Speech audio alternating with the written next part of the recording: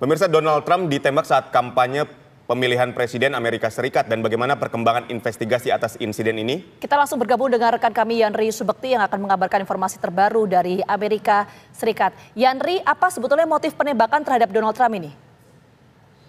Kita untuk motif masih diselidiki hingga kini, namun FBI telah mengkonfirmasi, memberikan informasi dari identitas yang ditemukan, yaitu pelaku adalah seorang pemuda 20 tahun, Thomas Matthew Crook, di mana dia adalah sesuai dengan nama maupun tanggal lahir terdaftar sebagai anggota Republikan, separtai dengan kandidat calon presiden atau mantan presiden Donald Trump. Dan juga FBI mengkonfirmasi telah menemukan senjata jenis AR, di mana senjata laras panjang ini sering digunakan oleh warga ataupun dalam peristiwa penembakan massal di Amerika Serikat.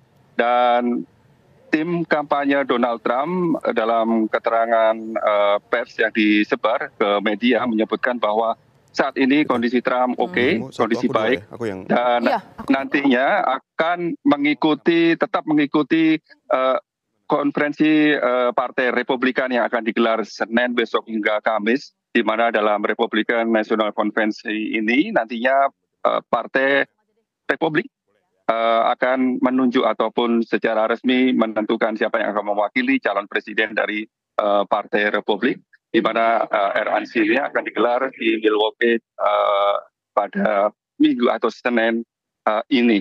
Dan untuk sementara, korban meninggal satu orang dari warga atau peserta atau penonton rally tersebut, dan satu orang adalah pelaku penembakan dengan identitas yang tadi saya sebutkan, seorang pemuda 20 tahun, dan salah satu warga di sekitar lokasi kejadian, yaitu termasuk di dalam negara bagian Pennsylvania. Dan kami akan memberikan informasi lebih detail akan motif dari penembakan ini, karena FBI pun berjanji akan secara intensif dan dalam waktu dekat juga akan mengumumkan motivasi di balik peristiwa percobaan pembunuhan terhadap calon kandidat Presiden Amerika Serikat pada pemilu November 2024 mendatang. Baik, Yanri, sekali lagi kami konfirmasi bahwa pria 20 tahun ini merupakan warga lokal setempat ya? Iya, dari wawancara yang dirilis saat ini hanya New York Post, di mana dalam informasi yang disampaikan, Thomas Matthew Crook adalah seorang pemuda 20 tahun, sesuai terdaftar sebagai anggota Republikan, dan juga warga yang tinggal di sekitar kota tempat rally ataupun kampanye yang kemarin sore terjadi peristiwa tersebut. Dan motifnya sekali lagi dalam waktu dekat akan segera dirilis atau diinformasikan oleh FBI yang memimpin investigasi atau penyelidikan ini. Oke, Yanri, kalau berdasarkan keterangan dari otoritas tempat, posisi dari pelaku penembakan ini di mana ketika acara ini berlangsung?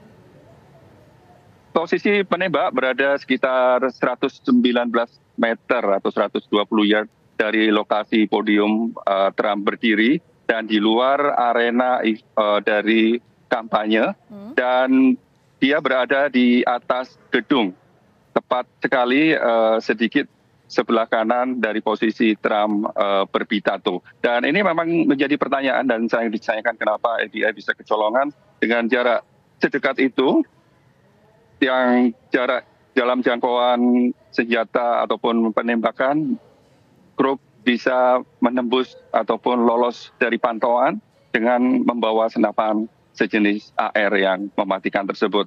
Dan sekali lagi pihak-pihak terkait dan bahkan Presiden Biden pagi ini rencananya akan mengadakan pertemuan dengan pihak-pihak terkait, termasuk diantaranya adalah pihak penegak hukum ataupun pihak-pihak yang berkaitan dengan pengamanan seperti hal-hal yang pada peristiwa tersebut, di mana nantinya pastinya akan sering sekali kedua kandidat calon presiden yang akan maju pada Pilpres November nanti akan sering mengadakan kampanye, dan ini tentunya merupakan ancaman atau kekhawatiran yang mungkin akan dihadapi oleh baik itu peserta kampanye maupun kedua kandidat dari masing-masing partai.